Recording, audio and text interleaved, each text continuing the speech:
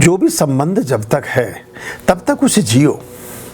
अब पत्नी जब तक बिस्तर पर न लग जाए तब तक उसका ध्यान ही नहीं आता। पति जब तक बेचारा प्लास्टर लगा के घर में ना बैठ जाए तब तक उससे पूछते ही नहीं कि तुम चाय पियोगे क्या, वरना वही कहता रहता दो चाय ले आओ। तो मतलब ये अब जब माता पिता जब चले गए तब पितृपक्ष का ध्यान आता है। वो घर में बैठे हुए फ़ोन करते रहते हैं कि बेटा कब आओगे, तो हम कहते हैं तुम्हारे यही काम थोड़ा ही है, अभी तो ज़रा ड्यूटी है, अभी तो फलाना है, अभी तो ढिमकाना है।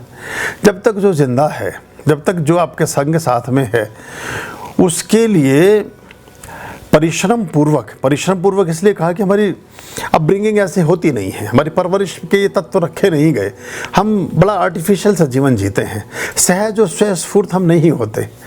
तब उनको समय देने की कोशिश करें, अपने बहुत महत्वपूर्ण कार्यों को छोड़कर। देखिए जैसे हमारे साथ भी बहुत सारे लोगों का संबंध जुड़ता है, तो उनमें ज़्यादातर लोगों को हमने एक बात ये रीड की है कि वो हमें सबसे अंतिम ऑप्शन के रूप में रखते हैं।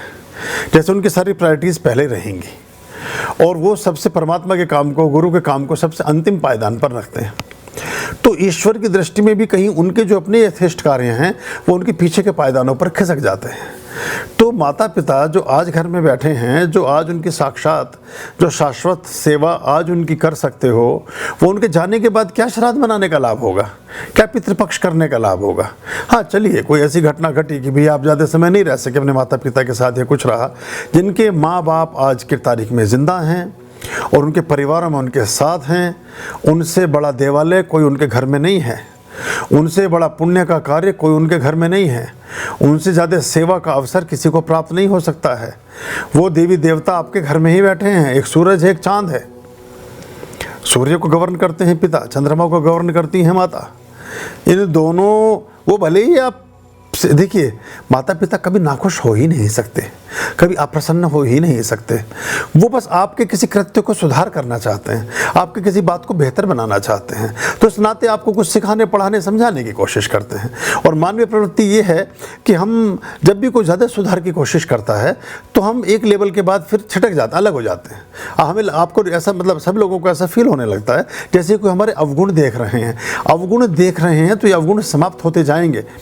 अभी तो माता पिता ने, गुरु ने, किसी शुभ चिंतक ने, किसी आपके वेल विशर ने आपके अवगुण को देखा और उसके अंदर इतना साहस हुआ कि उसको इस बात का भरोसा है कि मेरा संबंध दरकेगा नहीं, मेरा संबंध खराब नहीं होगा और ये मुझे बहुत रेस्पेक्ट करता है, ये मुझे बहुत प्रेम करता है।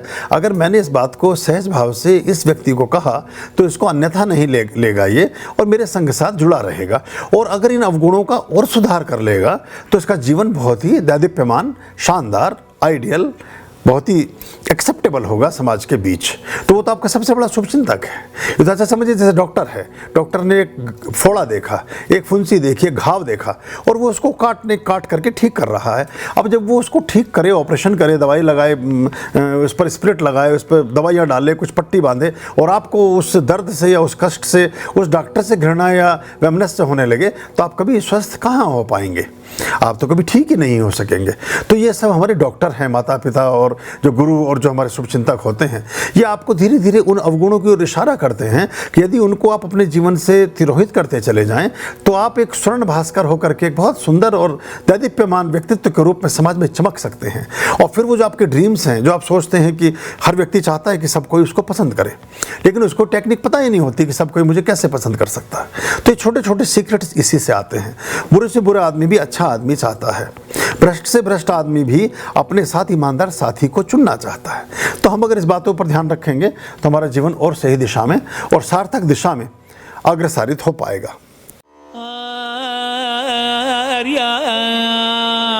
अभयाम भज